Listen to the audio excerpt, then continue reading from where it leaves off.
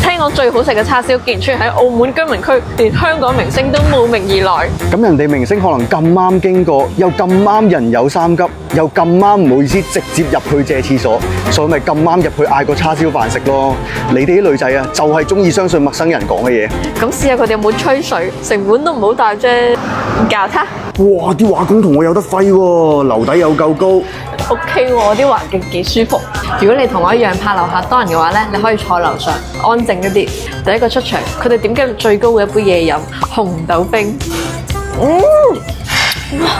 啲鮮奶味極重，下面超多紅豆，一啜落去啖啖都係紅豆。呢個一個係重料版嘅紅豆冰。如果你平時唔飲得牛奶咧，千祈唔好點呢杯，因為呢杯真係好濃烈嘅牛奶味。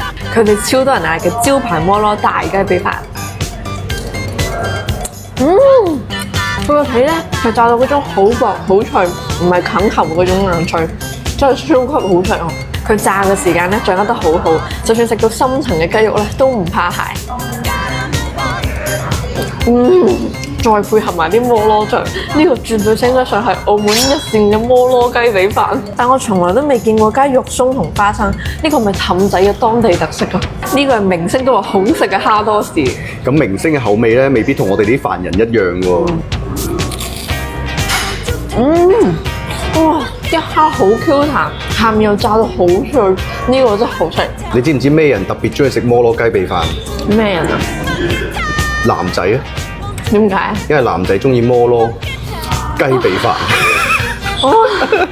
不過大家一定要記得趁熱食，因為凍咗咧，啲雞皮冇咁脆就爭啲啦。啲飯唔怕太濕，又唔怕太乾，粒粒分明，再配埋啲汁，正。呢個係黑松露滑蛋西班牙黑毛豬叉燒飯。哇！水蛇春咁長我個名。超好食，肥瘦相間，超得啱啱好。佢成功嘅地方咧係用咗西班牙黑毛豬，仲有一個地方咧係睇得出佢燒得比較認真。呢隻西班牙黑毛豬咧通常出現喺米芝蓮嘅星級中餐廳入邊，依家連居民區嘅茶餐廳竟然都有得食，呢種算唔算係降維打擊咧？早排啊，我喺米芝蓮3星餐廳呢度食黑毛豬，百幾200蚊先得一細碟，依家到加埋黑松露滑蛋飯先幾十蚊咋，真係好抵啊！佢個滑蛋同啲白飯配合得天衣無縫，啲白飯粒粒分明，醬卜卜，一睇就知用咗啲靚米。我覺得呢個滑蛋叉燒每一個細節都做得好好。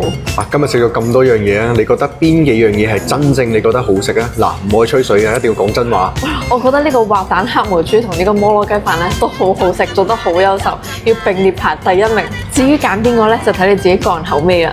第2名係嗰個蝦多士，雖然佢都好優秀，但喺我心目中稱唔上係個主食，所以佢都要被迫排喺第2名。你過嚟嗌呢3樣嘢咧，就肯定唔會有錯。仲有呢個重奶味嘅紅豆冰，我好欣賞。呢度係澳門氹仔居民區豪景花園樓下。如果想知道澳門更多嘅隱世美食，記得關注我，帶你去爽歪歪。